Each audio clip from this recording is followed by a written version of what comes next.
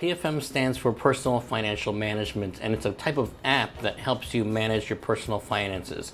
Everything from helping you do your budgeting, helping you save, to helping you invest small increments, to even helping you manage your cash flow. I mean, there's a lot of different applications, but in general, this is the type of app that is out there to help you manage your finance.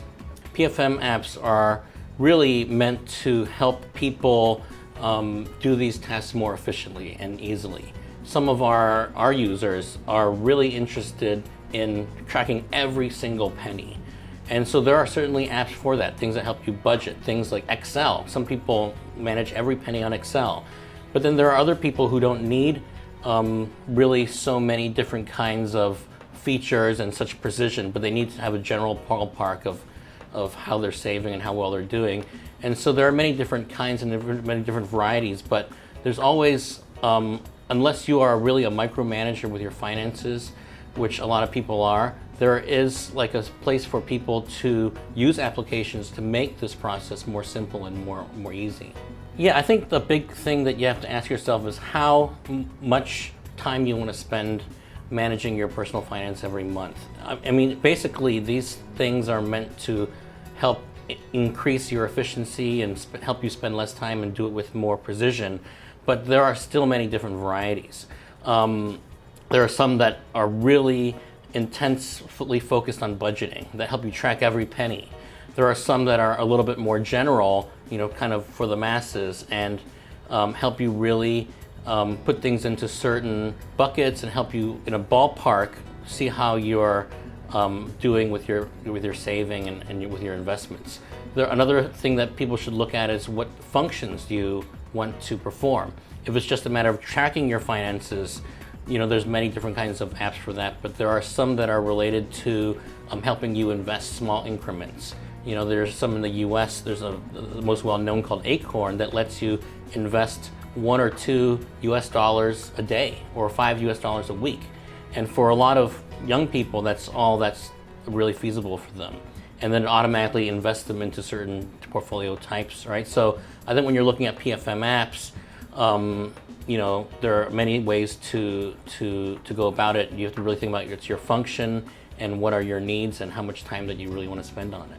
Well, there are some markets that are regulating the way that the data that PFM apps use, and how they regulate the way that PFM apps get the data, right? So in Europe and in UK, they have PSD2, which is a regulation that requires banks to work with fintechs to share data.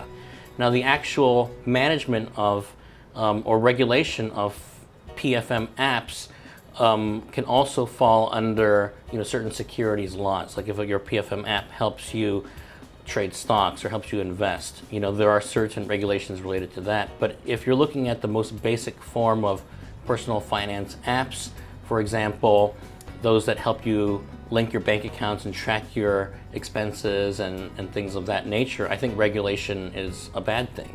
You know, I think, you know, right now, most of these kinds of PFM apps don't perform transactions for people.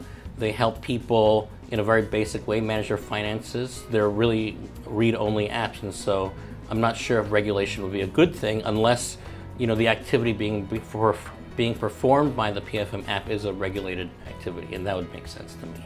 I think the PFM marketplace in Hong Kong is a huge opportunity, especially with all these virtual banks coming into play.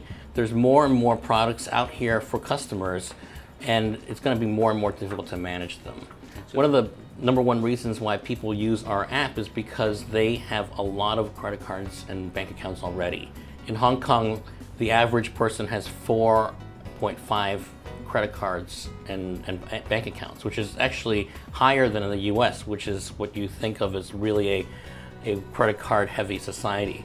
So I think with even more banks coming into play, and with a lot of like the medium and small banks trying to increase their competitiveness, you're going to see a lot more products, a lot more incentives, and a lot more need for people to manage their finances properly.